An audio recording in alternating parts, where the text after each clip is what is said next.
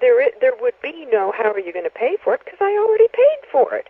It was my credit, my future labor and productivity, my value backed by the bond that was floated against the birth certificate that actually covered the cost to make the lawnmower that I just came in to buy, or to get, actually. Mm. So for them to say you owe us, I say, well, what are you smoking? It's prepaid. I already paid for it. And the example I use in my book is, if you have a friend, let's say that I get confused on that stuff. Okay, you come to me and you say, Mary, I'm just about to open a restaurant, but I need the last $10,000 to do it. Can you lend it to me? I say, sure. You say, I'll pay you back with this much interest, and here's when. And I say, fine, away you go. You finish your restaurant. It's absolutely perfect, but you're not doing quite as well as you planned. So, 6 months later, you come to me and you say, uh-oh, we're just squeaking by, but I can't pay you back the $10,000. And what with the interest that I said I'd pay you, you know what? I just don't see this happening. How can I make this up to you? Mm. I say, well, I don't know. And you say, look, tell you what. Anytime you want to come and eat in my restaurant, just when the waiter hands you the bill, you simply put your signature on it. I'll know it's you. And then I'll say, oh, thank God, Mary is claiming back some of her credit, some of what I owe her. And that's exactly what the government ought to be doing through its government-owned corporations. So let's go back to the lawnmower. We go in. When Sears sees my signature on their bill, they should be saying, Mary's claiming back the credit that we took from her in order to make the lawnmower in the first place. But then you're even exchange. But then you're talking about that you, as a human being, when you come into or enter into this world, that you have a right, so to speak, to sustain yourself as a human being, right? Because there have to be some kind of foundation, so to speak, on this. Because what you're talking about, I mean, you were obviously talking about like things like slavery before. I mean, and I guess we have to as well also kind of go back into history and just look upon how one human being enslaves another, and that's kind of the initiatory step towards this kind of which at this point is an international system of slavery and control, basically, that we're looking at, Mm-hmm. So is your question, how all of a sudden do I get this credit? Well, my question is, I guess, how, just to clarify for our listeners, when you say that, when you go into the store and to get that lawnmower, that actually already is prepaid. There is that you actually have paid for it, or you have a right to take it as yours. Isn't that what you're saying? Yes, I am. And are you asking why? Yeah. Yeah. So let's do it again. Only those with birth certificates can do that, because what happened in the 30s was mothers were obliged to register their babies' births, because then what the feds, the government, the alleged government, said was, we now know of this other child that's been born, and it's been registered. It's now a corporation, because the name on the birth certificate certainly isn't the name of any baby. And we need to go through that later, but yeah, continue your story, yes. Yeah. So what they've done is, they've just simply they've registered a name for a corporation, that's all. And so then they send us the birth certificate essentially saying, this is your ticket, this is what you can use to prove that you have unlimited credit from the Treasury. And the reason is because over your lifetime, we intend that you will pay us way more than we will ever pay you. So we're making it unlimited because we need your value in order to pay off the national debt, which of course doesn't really exist, but the concept is that if indeed the World Bank lent governments money, then it has to pay it back with interest. The interest, of course, doesn't exist. That's another subject. But so essentially what they said is throughout your life you'll pay enough in fines and taxes and fees and application and you name it, that we will collect enough of your dollars in order essentially to enslave you. You will be slave laboring. We will get so much more value from your work, and that's why women apparently don't get quite as much credit as men, but that's questionable. But anyway, so they're anticipating getting way more from us. So what harm does it do them to say, you've got unlimited credit? The trick was they didn't tell us that we had unlimited credit. So here we go blithely along slave laboring due to this alleged national debt. We don't owe anybody anything. And they're taking our value where the remedy actually has been written into, well, here it's the Bills of Exchange Act, but the remedy has been written in, and the remedy is, because we're using your credit, unbeknownst to you, we have to have a remedy, because otherwise it would be unlawful, and we'd be in deep trouble. So we're going to create a remedy, but we're not going to tell you. But the remedy is everything you could ever need or want is prepaid, because we used your credit to create the corporation, and we used your credit to manufacture the goods that you'll want. All you really have to do is sign for them, because we're getting way more from you by slave laboring in a bloody insurance company. And who's that work for? That's for the bank.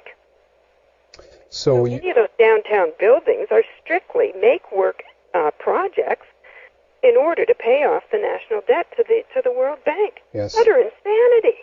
So what you're saying here is that on the surface, so to speak, this is what if you sit down, study the system, right, and learn all the terms and all the linguistics and all the tricks, as it were, of the system, you discover that this is the reality of it. And if you can understand that, are you saying then that there is a way that you actually can do by law this to function, in your life? Can you go into a store and actually just, make this happen, so to speak, get that lawnmower? You can, but you got to remember that the employees of the store won't know what in hell you're talking about, right? Right. So why get into a dissertation? That's not our job to educate. We won't stand there and say, well, look, why don't you know that we have this blah, blah, blah, unlimited credit, and this is mine, and all I have to do is sign it, and you take it to your head office and balance the books on it, blah, blah, blah. No, we're not going to bother with that. So what we're going to do is go along with them and say, here, what do you want? You want my cash? Okay, here. Now what we do is we, at the same time, now I'm going to use U.S. terms only because that's sort of the biggest and I know the form names. Yes. But so what we do is we hand them a copy of what's called a 1099 OID, and you don't need to know that. Other than what it does is it states who is issuing the credit. It's essentially stating that I am the source of the credit, not Sears. Mm-hmm. So, because if we just hand them our cash and we don't say who it is, they'll say that they're the source of the credit, and then they call it gets a little technical here, but they call it abandoned funds, and then the IRS won't tax them. They'll come back and tax us in order to balance its books. But that's a bit complicated. So here's the drift. So we give them certain forms. One of them is this OID, and another one is what's it called? 1099, or pardon me, a 1040V, which is a voucher, and by the definition of voucher is a payment. And so all that means, or actually it's an authorization of payment. So then you send that to the Treasury, and you give these people a copy so that they know what you're up to. You get their tax identification number, and the Treasury sets off their debt for them. And then, of course, they've got, not only do they have it set off by the Treasury, they've still got our cash, right? Mm. So they say, oh, now we got this cash. Well, what the IRS will do is simply go back to the company and say, okay, your debt's been set off to you, and we now know that you have somebody's cash that you're not supposed to have, so give it back, and we'll get it back for the one who bought the goods. Hmm. So essentially, the purpose of the IRS is actually to track down what we have put into the public and get it back for us. Hmm. But we have to be very careful to give them the correct forms in order to do that. So It really is a case of, going into the store and setting off the debt. But because nobody knows that, because they've been so programmed in school that they have to pay for everything, they presume that we have to pay for everything. Well, and try walking out of a store without paying for something. Yeah, there we go. So if you give them whatever it is they want, then you can just go back and say, look, I'll give you this, but I'll get it back from you later. Not to worry. This is not my job to educate you on commerce. Right. But so what we kind of get back to here then is the fact that it doesn't feel like the system has been set up in order to operate in this case, at least not for the for the guy or gal walking down the street, so to speak. This is the system feels like it is actually designed in order to deceive us, and this gets us into the other aspect that you were talking about, that this has to do with indoctrination and that everyone just goes along what their parents taught them or whatnot. But I mean, even if we were to come up to a point where we discover this and we learn how the system works, then it feels like they would actually just change the system into something else in order to sustain the control over us, if you know where I'm going with this, so to speak. Do you follow me? I do.